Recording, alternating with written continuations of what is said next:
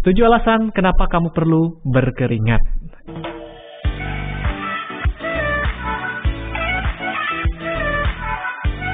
Halo Sobat Sehat, jumpa lagi dengan saya Dr. Sung. Jadi pada video kali ini saya akan membahas apa sih manfaat dari kita berkeringat. Jadi ada 7 poin penting di sini. Nah, saudarkah Anda bahwa orang-orang banyak menghabiskan uang untuk memblokir keringat. So, ya salah satunya mungkin pasang AC di rumah. Jadi di setiap ruangan harus ada AC-nya nih supaya tidak berkeringat. Kemudian pasang apa lagi? Kipas angin, ya. Terus ada juga teman-teman yang kalau siang hari, kalau di rumah kepanasan, mereka lari ke mall. Tujuannya bukan untuk belanja, supaya ngadem aja gitu. Ada beberapa alasan orang tidak suka berkeringat. Ini alasan kenapa tidak suka berkeringat dulu. Dan alasan yang paling banyak adalah karena bau badan, ya. Nah, untuk Anda sendiri, kenapa Anda tidak suka berkeringat? Silakan komen di bawah apa alasan Anda. Jadi kalau alasan bau badan, sebenarnya bau badan itu bukan karena bau keringatnya. Jadi keringatnya sendiri yang kita hasilkan itu tidak berbau. Nah, menjadi berbau karena ada bakteri yang memfermentasi bahan-bahan yang ada dalam keringat tersebut sehingga menimbulkan bau bermacam-macam. Dan tergantung juga dari makanan yang Anda makan, ya. Saya sudah pernah bahas dulu tentang bau badan. Nah, salah satu faktornya adalah makanan yang Anda makan, dan yang kedua karena bakteri yang memfermentasi bahan-bahan yang ada dalam keringat. So, kelenjar keringat kita ada 2 jenis. Ada kelenjar ekrin, itu terdapat mulai dari dahi, kemudian di wajah, telapak tangan, di perut, di punggung, di kaki, telapak kaki, ya. So, keringat yang dihasilkan adalah keringat yang encer, yang rasanya asin gitu. Jadi mungkin kalau pernah netes ya, karena di bibir terasa asin, nah itu adalah keringat yang dihasilkan oleh kelenjar ekrin. Dan ini akan lebih encer dibandingkan dengan keringat yang dihasilkan oleh kelenjar yang satunya lagi, namanya apokrin. Nah, untuk kelenjar apokrin ini biasa terdapat di kulit, di daerah kulit yang berambut atau yang ada folikel rambutnya. Contoh di kulit kepala, kemudian di ketiak, kemudian di daerah dekat organ genital di selangkangan, ya.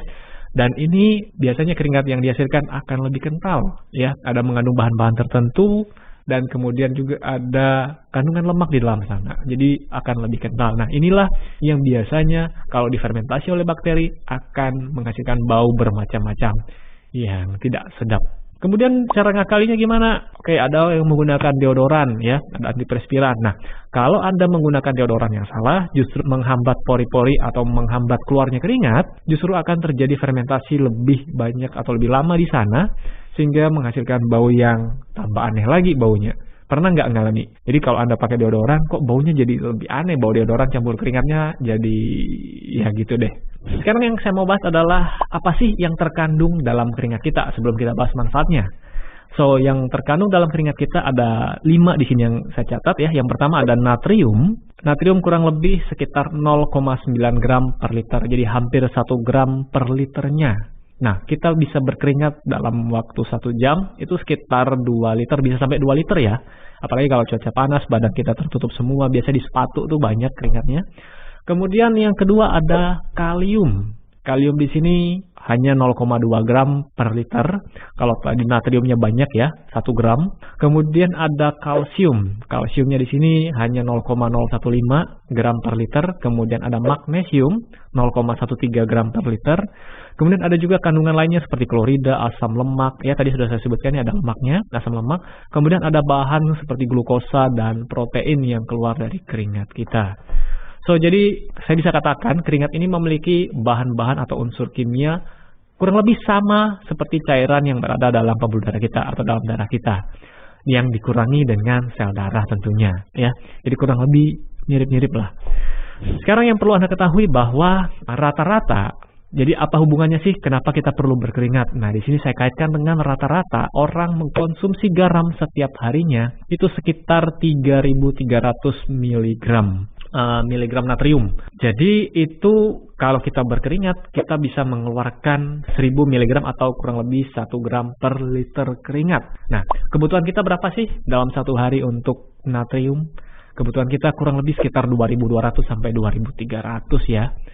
So, kita akan kelebihan sekitar 1000 mg natrium setiap harinya dari makanan kita. Kemudian dengan kalium. Nah, kalium sendiri kita butuh dalam 1 hari sekitar 4.700 mg. Dan rata-rata orang mengkonsumsi kalium ini hanya 2100, jadi kurang 2600 mg.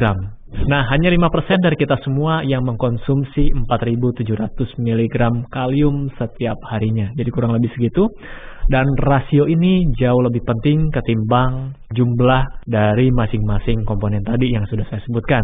Nah, untuk penelitiannya saya akan kasih di link deskripsi ya. Sekarang dengan kita berkeringat, kita akan mendapatkan kurang lebih ada 7 manfaat dari kita berkeringat. So, yang pertama, kita akan membalanskan antara natrium dan kalium. Jadi, menyimbangkan natrium dan kalium. Karena tadi yang sudah saya sebutkan, rata-rata orang dalam satu hari, sehari-harinya, mereka akan kelebihan natrium dan kekurangan natrium. Kemudian manfaat keringat yang kedua adalah kita bisa merilis toksin ya. Jadi kita tahu ya, tubuh kita selain mendapatkan toksin dari luar, tubuh kita juga menghasilkan namanya endotoksin. Jadi secara alamiah tubuh kita menghasilkan racun dalam badan kita. Dengan kita berkeringat, kita bisa membuang sebagian racun tersebut bersama air keringat kita, terutama racun-racun yang terdapat dalam darah kita. Nah, tentu saja ada juga bahan-bahan yang baik yang keluar. Tapi tentu saja ketika kita mengeluarkan keringat, kita akan menggantinya lagi dengan cairan, kemudian dengan minuman yang mengandung elektrolit. Kemudian manfaat berkeringat yang ketiga adalah tidur menjadi lebih nyenyak atau lebih lelap. Ya, so kita semua sudah tahu bahwa dengan kita berolahraga, tidur kita akan menjadi lebih nyenyak. Sebenarnya pada saat kita berolahraga, kita menghasilkan keringat. Pada saat kita menghasilkan keringat, otomatis rasio antara natrium dengan kalium tadi yang jomplangnya jauh sekali akan mendekati normal. Nah, ketika mendekati normal, ini akan membuat sirkulasi kita lebih baik, kardiovaskular kita lebih baik, sistem kardiovaskular ya, dan sistem pernapasan kita akan menjadi lebih baik. Otomatis kita akan mudah tidur lelap di malam harinya. Kemudian yang keempat, jadi manfaat berkeringat yang keempat adalah Anda akan lebih mendapatkan banyak energi. Tentu saja kalau tidur Anda cukup, tidur Anda lelap, otomatis energi Anda akan lebih bertambah. Kemudian yang kelima, manfaat yang kelima adalah dapat meningkatkan sirkulasi dan mencegah kepanasan. Ya, so ini mungkin juga saya sudah pernah bahas di video sebelumnya bahwa keringat salah satu fungsinya adalah untuk membuang panas di tubuh kita. Jadi sebagai mesin pendingin, jadi kerjanya mirip seperti cooling system pada kendaraan Anda, atau buat Anda yang suka main game di laptop, nah mirip cooling system pada laptop Anda. Jadi kalau tubuh kita terlalu panas, otomatis mesin di tubuh kita tidak akan bekerja dengan baik atau overheat ya. So dengan kita berkeringat, kita dapat melakukan berbagai macam aktivitas. Dan ketika kita bisa berkeringat, artinya tubuh kita bisa mendinginkan tubuhnya sendiri. Oke, kita lanjutkan ke manfaat berkeringat yang keenam. Ada namanya hormetic support ya. Jadi berkeringat menciptakan efek harmonis. Apa tuh artinya, Dok? Nah, artinya adalah saat berkeringat itu akan menciptakan stres tertentu dan membuat tubuh Anda beradaptasi. Kemudian beradaptasi tentu saja akan menjadi lebih kuat, terutama di neuron sel saraf otak. Jadi neuron itu adalah sel saraf yang terdapat di otak. Ada penelitiannya juga yang menunjukkan dengan berkeringat, ini akan benar-benar membantu memelihara sel-sel otak Anda. So, nanti penelitiannya juga akan diberikan di link deskripsi. Buat Anda yang rajin mau baca, silakan baca sendiri di sana. Kemudian kita masuk ke pembahasan yang terakhir. Jadi fungsi berkeringat yang terakhir adalah adrenal support. Jadi dengan kita berkeringat, ini secara tidak langsung kita mensupport kerja dari adrenal. Kita tahu kontrol atas natrium dan kalium itu ada di kelenjar adrenal. Dengan kita berkeringat, kita membantu menyimbangkan rasio antara natrium dan kalium. Ya, jadi hal itu akan berdampak positif bagi kondisi adrenal Anda. Ya, so itu tadi adalah manfaat dari kita berkeringat. So, jadi jangan malas-malas. Jadi ada yang mungkin malas berkeringat karena nanti harus ganti baju, nanti bawa badan. Berikan tubuh Anda waktu untuk berolahraga, untuk berkeringat. Ya, setelah itu Anda mandi dan silakan kembali lagi ke ruangan yang sejuk. Ya, oke, mungkin itu saja yang bisa saya sampaikan pada video kali ini. Semoga 7 manfaat dari berkeringat ini bisa Anda pahami dan bisa Anda lakukan. Sampai jumpa di video saya selanjutnya. Salam hebat luar biasa.